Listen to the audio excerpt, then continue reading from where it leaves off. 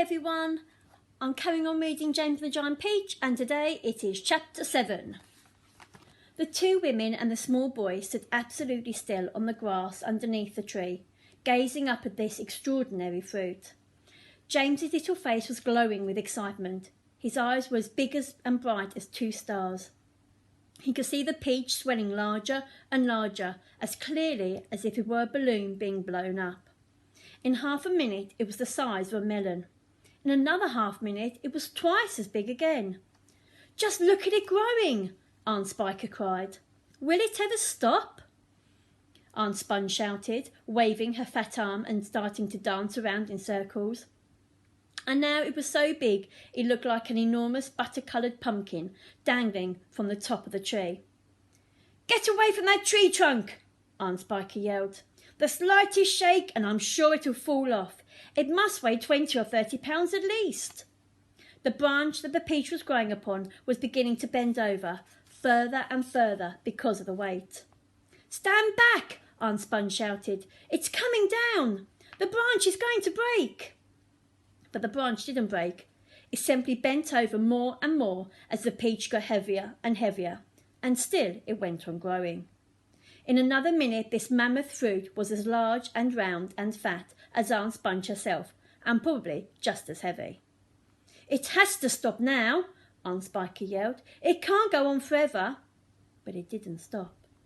Soon it was the size of a small car and reached halfway to the ground.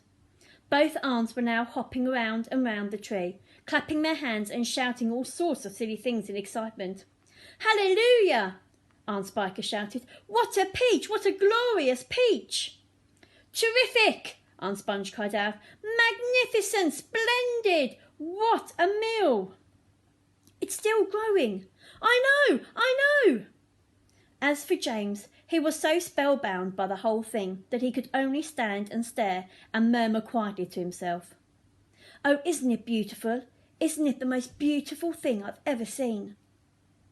"Oh, be quiet, you silly little boy," Aunt Spiker snapped, happening to overhear him. "It's none of your business." "That's right," Aunt Sponge declared. "It's got nothing to do with you whatsoever. Keep out of it." "Look," Aunt Spiker shouted. "It's growing faster than ever now. It's speeding up." "I see it, Spiker. I do. Bigger and bigger grew the peach. Bigger and bigger and bigger. Then at last, when it had become nearly as tall as the tree that it was growing on, as tall and wide, in fact, as a small house, the bottom part of it gently touched the ground, and there it rested. "It can't fall off now," Aunt Sponge shouted. "It's stopped growing," Aunt Spiker cried. "No, it hasn't." "Yes, it has." "It's slowing down, Spiker. It's slowing down." "But it hasn't stopped yet. You watch it." There was a pause. "It has now. I believe you're right. Do you think it's safe to touch it?" "I don't know. We'd better be careful." Aunt Sponge and Aunt Spiker began walking slowly round the peach, inspecting it very cautiously from all sides. They were like a couple of hunters who had just shot an elephant and were not quite sure whether it was dead or alive. And the massive round fruit towered over them so high that they looked like midgets from another world beside it. The skin of the peach was very beautiful, a rich buttery yellow with patches of brilliant pink and red. Aunt Sponge advanced cautiously and touched it with the tip of one finger.